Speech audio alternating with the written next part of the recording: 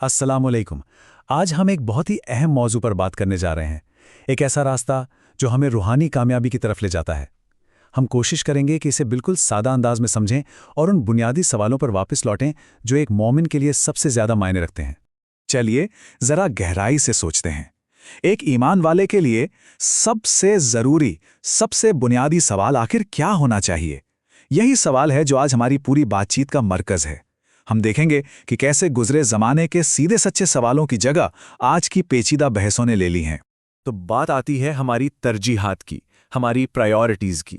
پیغمبر صلی اللہ علیہ وسلم کے جو ساتھی تھے یعنی صحابہ، ان کی فکر کا جو مرکز تھا وہ آج کی کئی مذہبی بحثوں سے کہہ سکتے ہیں کہ بہت ہی الگ تھا۔ یہاں ایک بہت دلچسپ فرق دیکھنے کو ملتا ہے۔ دیکھیے صحابہ کرام نا بہت سیدھی اور پریکٹیکل ہدایت چاہتے تھے۔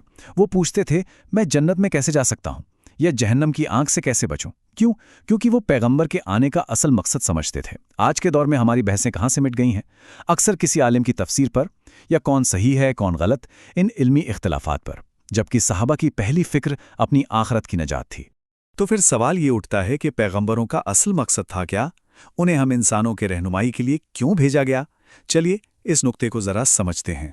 پیغمبر کا کردار کسی دنیاوی ڈاکٹر یا روحانی مرہم لگانے والے کا نہیں تھا۔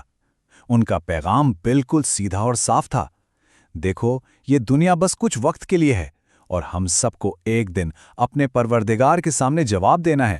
ان کا پورا مشن ہمیں اسی آنے والی زندگی کے لیے تیار کرنا تھا، اور اس حقیقت کو صحابہ بہت اچھی طرح سے سمجھتے تھے۔ اور کمال کی بات یہ ہے کہ اس مقصد کو سمجھنے کا راستہ نہ بالکل بھی پیچیدہ نہیں ہے۔ خدا نے اپنے کلام یعنی قرآن میں اپنے بنیادی پیغام کو ہر انسان کے لیے بہت آسان بنا دیا ہے۔ تو پورے دین کا نچوڑ کیا ہے؟ وہ یہی ہے، قرآن کا بنیادی پیغام اتنا سادہ اور واضح ہے۔ اپنے پیدا کرنے والے کو پہچانو، اس سے ملنے کی تیاری کرو اور اس دن کے لیے خود کو پاکیزہ بناؤ۔ اس سیدھے سادے پیغام کو سمجھنے کے لیے کسی کو بہت بڑا عالم ہونے کی ضرورت نہیں ہے۔ ایک عام انسان بھی اگر سادہ سا ترجمہ پڑھ لے تو دین کی یہ اصل دعوت، یہ کور میسج اس تک پہنچ جاتا ہے۔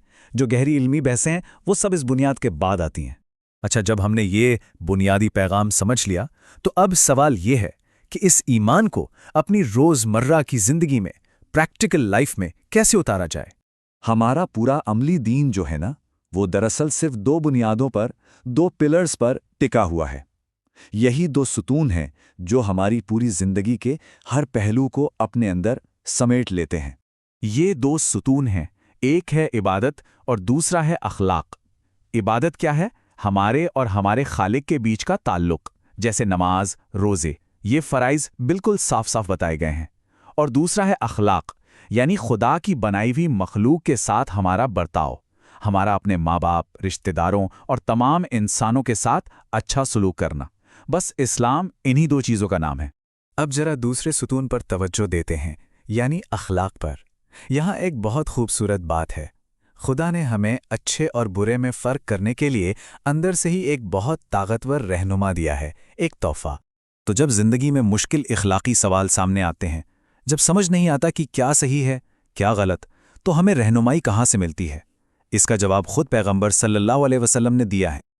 یہ ایک بہت گہری اور طاقتور بات ہے۔ اس کا مطلب ہے کہ جواب باہر ڈھونڈنے سے پہلے وہ ہمارے اندر ہی موجود ہے۔ خدا نے ہر انسان کے دل میں ایک ضمیر رکھا ہے، ایک کانشنس، جو ہمیشہ صحیح اور غلط کی گواہی دیتا ہے، چاہے کوئی دوسرا انسان دیکھ رہا ہو یا نہ دیکھ رہا ہو۔ تو اخلاق کے معاملہ میں ہمارا پہلا مفتی ہمارا اپنا دل ہے۔ کسی اور سے پوچھنے سے پہلے ہمیں اپنے اندر جھانکنے کی ضرورت ہے، کیونکہ ہمارا ضمیر ہی ہمارا پہلا رہنما ہے۔ اکثر ہمیں زیادہ سوچنے کی ضرورت بھی نہیں پڑتی، کیونکہ دل اندر سے گواہی دے رہا ہوتا ہے کہ صحیح راستہ کون سا ہے۔